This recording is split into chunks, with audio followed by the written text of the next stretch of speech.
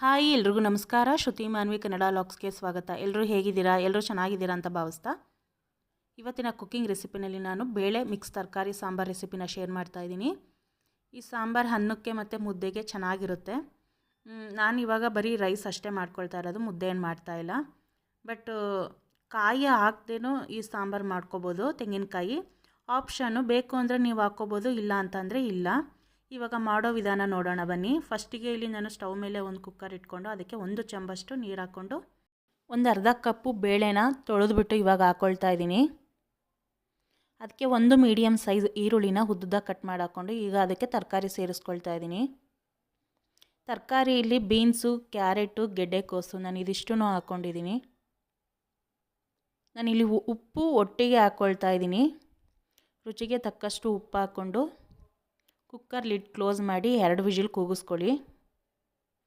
ಅದಾದಮೇಲೆ ಒಂದು 4 ಟೊಮೊಟೊ ಒಂದು ಪಾತ್ರೆಯಲ್ಲಿ ಸಪ್ರೇಟಾಗಿ ಚೆನ್ನಾಗಿ ಬೇಯಿಸ್ಕೊಂಡು ಟೊಮೊಟೊನ ಒಂದು 15 ನಿಮಿಷ ಟೊಮೊಟೊ ಬೇಯಿಸ್ಕೊಳ್ಳಿ. ಅದನ್ನು ಚೆನ್ನಾಗಿ ಮಿಕ್ಸಿ ಜಾರ್ಗೆ ಹಾಕ್ಬಿಟ್ಟು ಪೇಸ್ಟ್ ಮಾಡ್ಕೊಳ್ಳಿ. ಅದು ವೀಡಿಯೋ ಮಾಡ್ಕೊಂಡಿಲ್ಲ, ಸ್ಕಿಪ್ ಆಗಿಬಿಟ್ಟಿದೆ.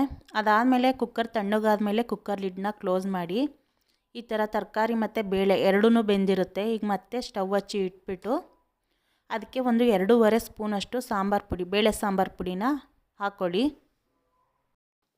ಇದನ್ನು ಇವಾಗ ಚೆನ್ನಾಗಿ ಮಿಕ್ಸ್ ಮಾಡ್ಕೊಳ್ಳಿ. ಈ ರೀತಿ ಹಾಕ್ಕೊಳ್ಳೋಕ್ಕಾಗದೇ ಇದ್ದರೆ ಟೊಮೊಟೊ ಪೇಸ್ಟ್ ಮಾಡ್ಕೊಳ್ತೀರಲ್ವ, ಅದ್ರ ಜೊತೆಗೆ 2.5 ಸ್ಪೂನ್ ಸಾಂಬಾರು ಪುಡಿ ಹಾಕ್ಬಿಟ್ಟು ಮಿಕ್ಸಿ ಜಾರಲ್ಲಿ ಆಡಿಸ್ಕೊಬೇಡಿ. ಆವಾಗ ಮಿಕ್ಸ್ ಆಗುತ್ತೆ, ನೀವು ಮಿಕ್ಸ್ ಮಾಡ್ಕೊಬೋದು. ಈ ಥರ ಮಿಕ್ಸ್ ಮಾಡ್ಕೊಳ್ತೀನಿ ಅಂದರೆ ಸಾಂಬಾರು ಪುಡಿನ ಈ ಥರ ತರಕಾರಿ ಜೊತೆಗೆ ಹಾಕ್ಬಿಟ್ಟು, ಬೇಳೆ ಕಟ್ಟೆಲ್ಲ ಬೆಂದಿರುತ್ತಲ್ಲ ಅದ್ರ ಜೊತೆಗೆ ಹಾಕ್ಬಿಟ್ಟು ಮಿಕ್ಸ್ ಮಾಡ್ಕೊಳ್ಳಿ. ಇವಾಗ ನಾನು ಅದಕ್ಕೆ ಒಂದು ಬದನೆಕಾಯಿ ಸೇರಿಸ್ಕೊಳ್ತಾ ಇದ್ದೀನಿ. ಬದನೆಕಾಯಿ ಆವಾಗಲೇ ಹಾಕ್ಬಿಟ್ಟಿದ್ರೆ ಫುಲ್ ಬೆಂದೋಗ್ಬಿಡುತ್ತೆ, ಅದಕ್ಕೆ ನಾನು ಇವಾಗ ಲಾಸ್ಟಲ್ಲಿ ಹಾಕ್ಕೊಳ್ತಾ ಇದ್ದೀನಿ. ಆವಾಗಲೇ ಟೊಮೊಟೊ ಆಡಿಸ್ಕೊಂಡಿದ್ನಲ್ಲ ಅದನ್ನು ಸೇರಿಸ್ಕೊಂಡು ಅದ್ರ ಜೊತೆಗೆ ಇನ್ನೊಂದು ಗ್ಲಾಸಷ್ಟು ನೀರನ್ನ ಸೇರಿಸ್ಕೊಂಡು ಒಂದು 15 ನಿಮಿಷ ಚೆನ್ನಾಗಿ ಕುದಿಸ್ಕೊಳ್ಳಿ ಸಾಂಬಾರನ್ನ. ಈ ಥರ ಚೆನ್ನಾಗಿ ಕುದಿಯೆಲ್ಲ ಬಂದಮೇಲೆ ಈ ಕಡೆ ಸಪ್ರೇಟಾಗಿ ಅದು ಕುದೀತಾನೆ ಇರಲಿ ಸಾಂಬಾರು. ಈ ಕಡೆ ಮತ್ತೆ ಇನ್ನೊಂದು ಪಾತ್ರೆ ಇಟ್ಕೊಂಡು ಸ್ಟವ್ ಮೇಲೆ ಒಗ್ಗರಣೆ ಹಾಕ್ಕೊಳ್ಳೋಣ. ಈಗ ಅದಕ್ಕೆ ಒಂದು 3ರಿಂದ 4 ಸ್ಪೂನ್ ಎಣ್ಣೆ ಹಾಕ್ಕೊಂಡು ಒಂದು ಚಿಟಿಕೆ ಸಾಸಿವೆ, ಸ್ವಲ್ಪ ಕರಿಬೇವು, ಹಾಗೆ ಒಂದು ಈರುಳ್ಳಿನ ಹಾಕ್ಕೊಂಡಿದ್ದೀನಿ ಉದ್ದುದ್ದ ಹಚ್ಕೊಂಡು. ಇದನ್ನು ಇವಾಗ ಚೆನ್ನಾಗಿ ಫ್ರೈ ಮಾಡ್ಕೊಳ್ಳಿ. ಈರುಳ್ಳಿ ಎಲ್ಲ ಮೆತ್ತಗಾಗಬೇಕು ನೋಡಿ, ಈ ಕಲರ್ ಬಂದಮೇಲೆ ಇವಾಗ ಇದಕ್ಕೆ ನಾನು ಸಾಂಬಾರನ್ನ ಮಿಕ್ಸ್ ಮಾಡ್ಕೊಳ್ತಾ ಇದ್ದೀನಿ. ಕುಕ್ಕರಲ್ಲಿರೋ ಸಾಂಬಾರನ್ನ ಪಾತ್ರೆಗೆ ಹಾಕ್ಕೊಳ್ತಾ ಇದ್ದೀನಿ ಇವಾಗ ಒಟ್ಟಿಗೆ.